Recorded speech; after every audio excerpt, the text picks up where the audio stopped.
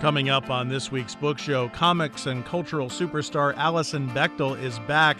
Once again, she has reinvented memoir, as she did with Fun Home, this time by telling her life story decade by decade through the lens of her lifelong obsession with exercise. Her new graphic memoir is The Secret to Superhuman Strength. Alison Bechdel on this week's book show.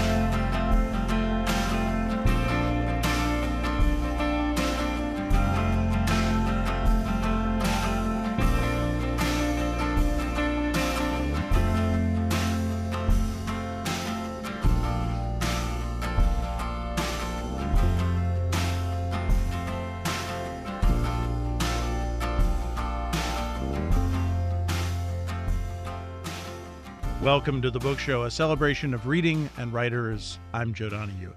Comics and cultural superstar Alison Bechdel is back. Once again, she has reinvented memoir by telling her life story decade by decade through the lens of her lifelong obsession with exercise. In her new graphic memoir, The Secret to Superhuman Strength, Bechdel delivers a deeply layered story of her fascination from childhood to adulthood, with every fitness craze to come down the pike from Jack LaLanne in the 60s to the existential oddness of present-day spin class. But the more Bechdel tries to improve herself, the more herself appears to be the thing in her way. Alison Bechdel's cult following for her comic strip Dykes to Watch Out For expanded wildly for her best-selling memoirs Fun Home, adapted into a Tony Award-winning musical, and Are You My Mother? Her many honors include being named a MacArthur Fellow and Cartoonist Laureate of Vermont. It is a great pleasure to welcome Alison Bechdel to this week's book show. Alison, thank you very much for being with us. What a delight to have you on the program. Yeah, I'm very happy to be here. Thank you. Thanks for having me. You established this quite early in the book, and I find it fascinating because even though you have had this lifelong relationship with exercise, you do not in any way, shape, or form consider yourself to be a jock. Yes, that feels like a very different kind of person to me. Jocks are people who play sports on teams and they have good social skills and they know what to do strategically in a game. And I'm not good at any of those things. I'm much more of a solitary exerciser. I do things like skiing and biking and running that I can do alone. So when you think of your relationship with exercise, and as you point out in the book, it's always been something that has been a part of you. When did you start to think of it, okay, this is something that I can write about? This is something that has enough heft to it that I can use this to write about and to further explore what's going on here? Well, I've been thinking about this stuff all my life. As soon as I noticed as a teenager that I would have a sort of euphoric feeling when I went running sometimes, I became interested in that, kind of altered state aspect of exercise. And as I've done different things over the years, I've just been keeping notes in my head. And in a way, it was something I didn't really think about much. The beauty of exercise for me was that it just got me out of my head and I wasn't, analyzing it. But I did know there was something going on that I wanted to explore more intellectually. And so finally, I got to a point in my life where, well, maybe it was also a factor of kind of running out of stories. I'd written 2 family memoirs and I didn't have any ready-made stories like that on tap. And that's when I thought, okay, maybe this exercise thing, maybe it's time to do that. I mean, that's the next thing I'm most passionate about, or, had a really clear feeling for. So that's what I wrote about. And yet it's so much more about so much more than that. Did that surprise you? I mean, I when I read the pitch several months ago, I thought, oh, well, that seems really fun. And then when you read the book, well, it's fun, but it's very deep. Yeah, I thought it would be a quicker, lighter project than it actually turned out to be. I thought maybe I could do this in 2 or 3 years, uh, and it took me 8 in the end. Partly because I don't know. For me, writing a book is always a process of exploration. I don't know really where I'm going when I go in. I might have, I mean, I do have a proposal that I write up, but the book always ends up being something really different from what I originally envisioned because I'm trying to figure something out. I'm trying to learn something, and you don't know what that's going to be until you do it. So I always feel like I'm sort of doing a kind of high wire act as I undertake these memoirs. I'm committing to doing it, but I don't know exactly where it's going to go. In that high wire act, I mean, is it like that always that you are one step away from falling? It often feels like that. It's funny because one of the activities I sort of took up while I was working on this book is walking on a slack line, which is a very Yeah. vivid evocation of exactly that feeling.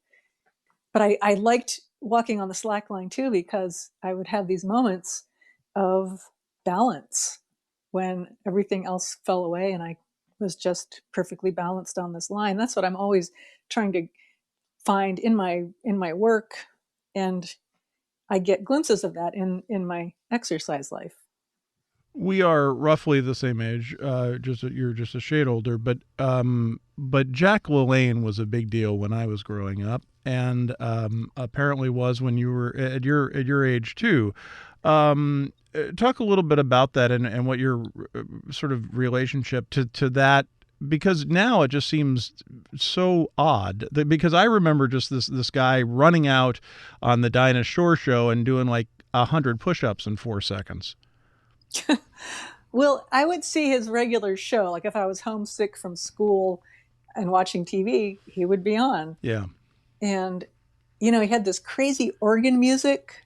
It was the mid 60s when that was like the soundtrack to television. And he would be talking to housewives, to women who were home all day, taking care of the house and raising their kids. And he would give them a little exercise break. And it was a new thing. People didn't really exercise very much before the 1960s. It was just not really done. I feel like the course of my life has spanned this, emergence of exercise as a phenomenon. So that was interesting to me too. Just write about, you know, the course of my own life and the ways that it has overlapped with these exercise and fitness trends. You're also not only looking at your athletic pursuits, but also your exercise pursuits, but also of literature and finding a path of understanding more about yourself that starts very young. And so you're in the 60s trying to figure out Kerouac. Good luck. Yeah, Kerouac's book, The Dharma Bums, was one thing I did sort of have at the beginning of this project. I loved that book. I'm not a huge Kerouac fan in general. Like, he's kind of a jerk, kind of a, very sad, tragic figure. But I loved that book, which I read in my early 30s because of how wonderfully he talks about hiking in the mountains with his friend, the poet Gary Snyder.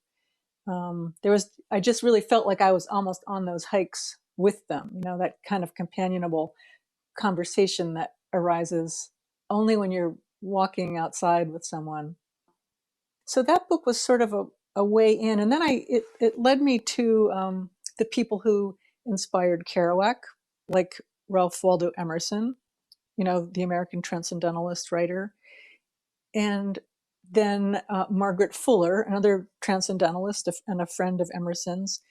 These people were living down in Massachusetts in the early to mid 19th century, and they were hippies. You know, those people were like totally hippies 100 years before there was such a thing. Right. So I feel like there's this lineage, and then going back from the transcendentalists to the people who inspired them, uh, Wordsworth and Coleridge, the British Romantic poets.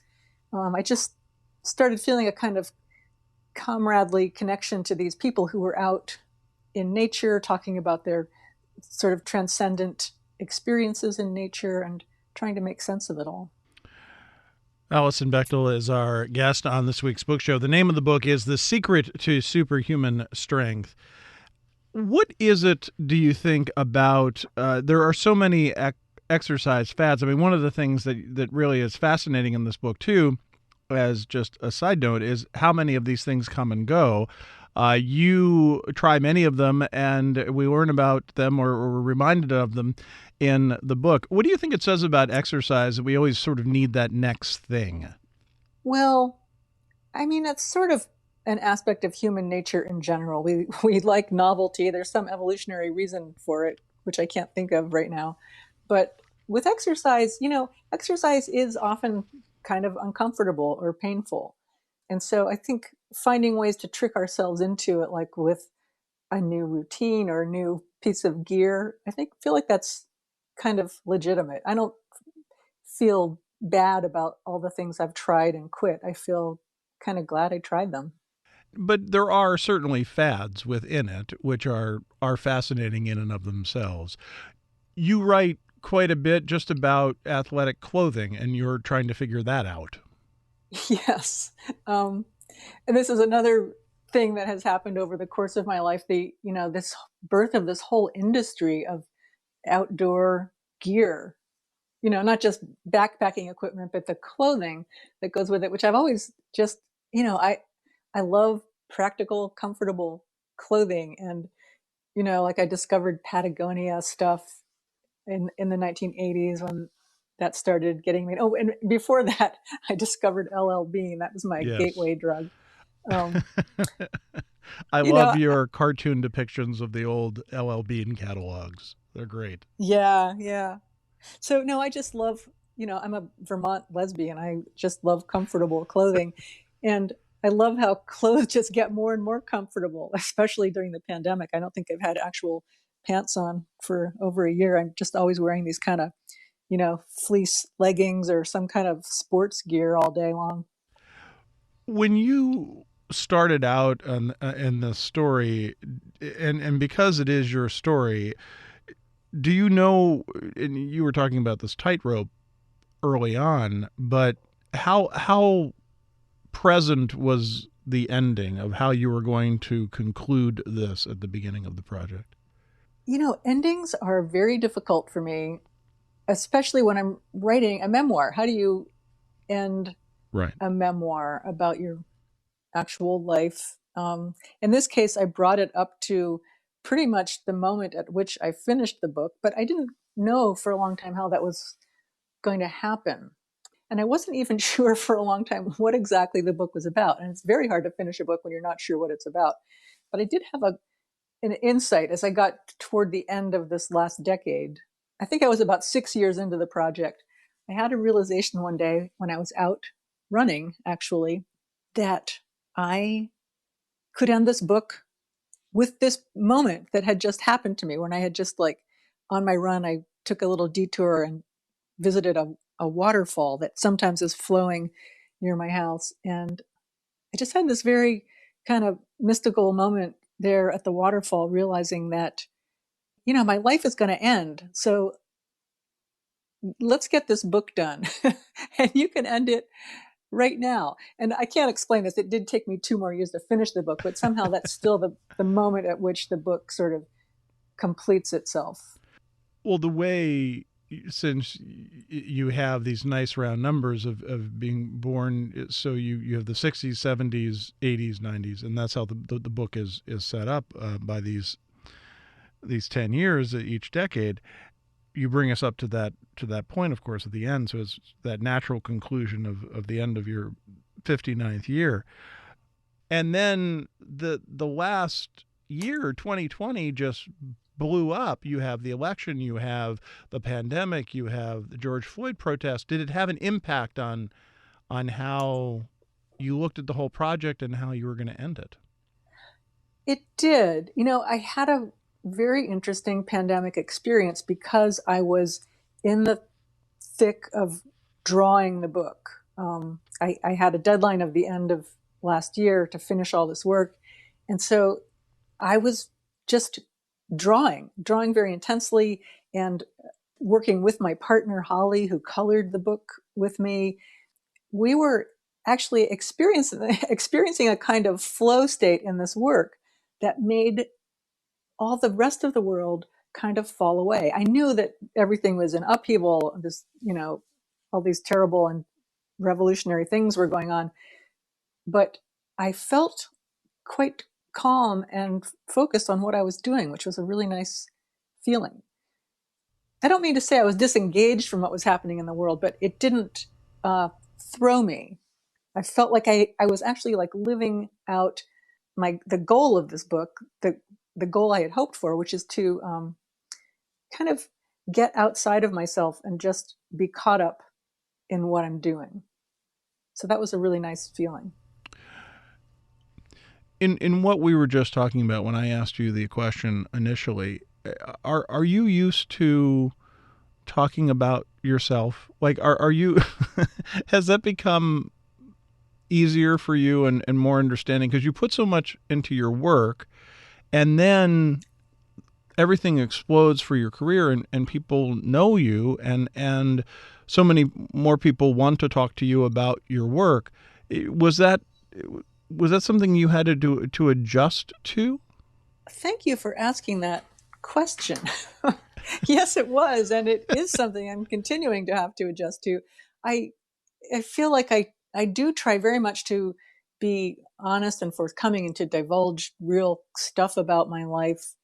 But then I have to go out and talk about it, and people always seem to want to know more, more, more personal stuff. I think what's happening right now, I've just been doing a lot of interviews and publicity for this new book, and I feel like in a way the book is about like getting beyond my own ego, transcending my individual self. And now I'm being forced to talk like constantly about myself.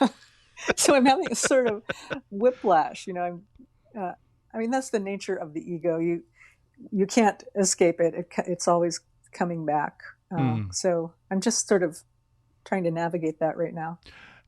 Given the beautiful work that you did in the first two books, but then Fun Home just takes off and becomes a Tony Award-winning musical, and so does that.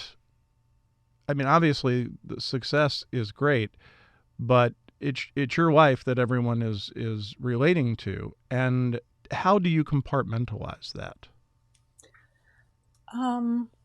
I'm not sure. I'm just constantly trying to figure that out. I love writing memoir. I love writing about the actual stuff of my life. Um, it's a very odd feeling having just a higher profile and knowing that a lot of people are, you know, looking at what I'm doing. That wasn't the case when I wrote Fun Home. I felt, completely free and unobserved as I was writing that book. So I guess the goal now is to, try to continue feeling that way, even though it's not really the case, even though I am being more scrutinized. I think it's possible to just kind of get myself in a mindset where I can forget about all that and just try to do what I do. Does exercise help that in the sense of removing yourself from Yes. the other world that you live? Yes, absolutely. That's one of the things that I love so much about exercise.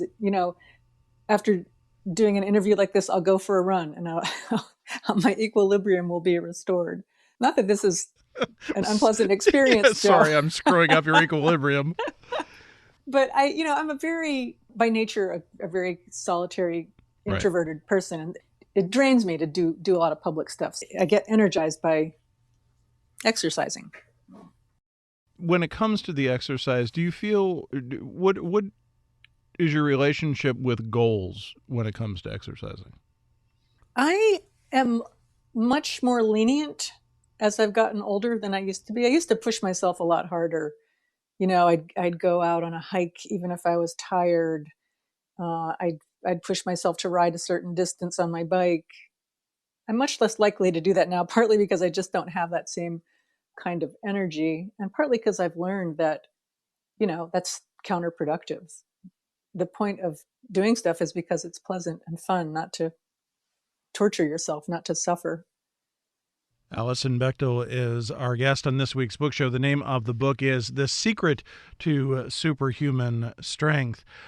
When you think of the various things that you write about and go through in the book, and you talked about this being a multi-year project, and so it ebbs and flows. It takes shapes, and I assume there's times of great frustration and times of great excitement. In the story of the book, Yes, and in your yeah, telling of it. yeah. I mean, I'm basically attempting to tell the whole story of my life uh, through this lens of Right. exercise. That's how I narrowed it down. Like, you can't really tell the story of your life, or it would be 1,000 volumes long.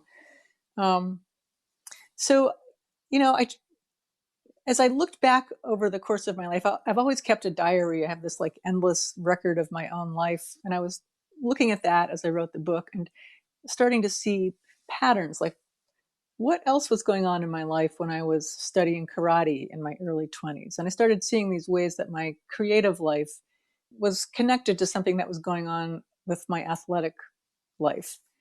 So those patterns started emerging. And then also I would see, periods of my life when I was stuck or having difficulties.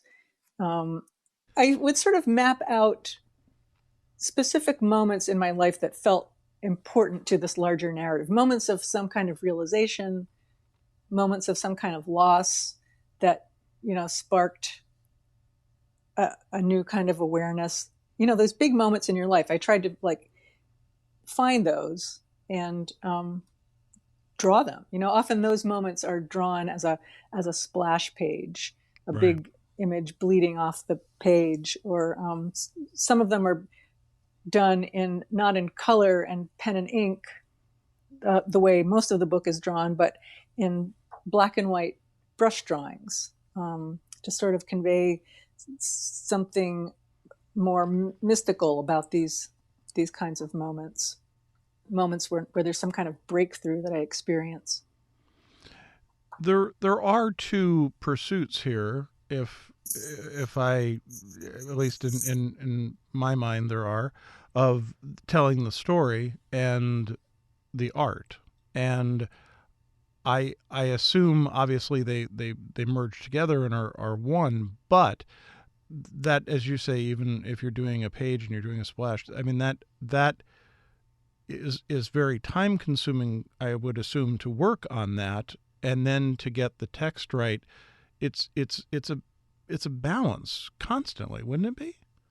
It is. It's a really strange process that I feel like I'm just constantly inventing as I go along. But yeah, the drawing is quite labor intensive. So I don't like to do a lot of that until I've got the story really mapped out.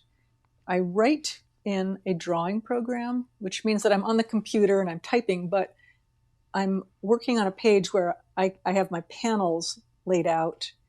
I'm creating little boxes of text and little speech balloons. So I'm already conceiving of the page visually, and I have some sense of what the ultimate drawings there are going to be. I'm just not actually making them yet. So I spend a lot of time on that writing process and figuring out where the book is going. And it's not until it's finished, the whole thing is finished, that I start printing those pages out and actually doing the whole process of sketching and penciling and inking that results in the final drawings. The color in the book is beautiful, and the art itself is beautiful. And sometimes you get so caught up in the story you forget and to look and I had to remind myself a couple times to go back and just enjoy every panel. The art is lovely. Oh, thank you. I haven't ever done a full color book before. I was kind of daunted by that prospect because color is just hard. You've got to color every square inch of the story. I ended up actually not having time to do that. My partner, Holly Taylor, is an artist and was able to step in and help me with this project. She was so generous. It was this huge project of basically, doing 1,000 little paintings. But even more than that, it was complicated because she wasn't working in color. I came up with this crazy technique where she was actually painting in gray ink on on a cyan layer, a magenta layer, a yellow layer for each page. Don't ask why. It's too Okay. geeky and complicated. But she was incredibly generous, and I'm very happy with the way these drawings came out. You would never know that they were done completely in gray. And that, I assume, by the idea, the way you're doing it, that there's a transformation then to see what you had initially conceived to what it becomes, that must just burst into life. Oh yeah, it was always a exciting reveal when we'd get everything scanned into Photoshop and do this tinting so the gray layers turn into the colors, and then it all comes together. It was magical. As we sit here and we talk about this project, do you think of projects ahead, or is it just, no, I have to wait till that comes, and I'm good with this until something else arrives? No, I always feel like I'm ready to just get going on the next project. I will as soon as I have a spare moment. I feel like with every book that I write, I end up with some leftover material that is the seed of the next one. There's a lot of stuff I didn't get to in this book that's just waiting to be given some kind of shape. I'm not sure what my ideas about it are very vague, but I know very much that I'm going to embark on another book very soon. And it will be about you. It'll be a memoir. Yeah, I'm afraid it will be, Joe. It seems to be all I'm capable of writing about. But isn't it handy that we like you? I hope I remain likable and don't go through some kind of unpleasant transformation. And that we find you, the audiences find you fascinating and want to read. I mean, this book is just so immersive in that sense, and is so emotional and beautiful and funny, and that's what it's supposed to be. But I can't imagine the toll it takes on you to get there. Well, what else would I be doing? It keeps me off the streets. The name of the book is The Secret to Superhuman Strength. Alison Bechdel is the author. Alison, thank you so much for being with us. What a great pleasure to have you on the program. Thank you, Joe. It was really fun. I appreciate it. Thanks. Alison Bechdel's new book is The Secret to Superhuman Strength. It is published by Houghton Mifflin Harcourt. We enjoy hearing from our listeners about our shows. You can email us at book@wamc.org. You can listen again to this or find past book shows via podcast or at wamc.org. Sarah LeDuc produces our program. Bookmark us for next weekend. Thanks for listening for The Book Show. I'm Joe Donahue.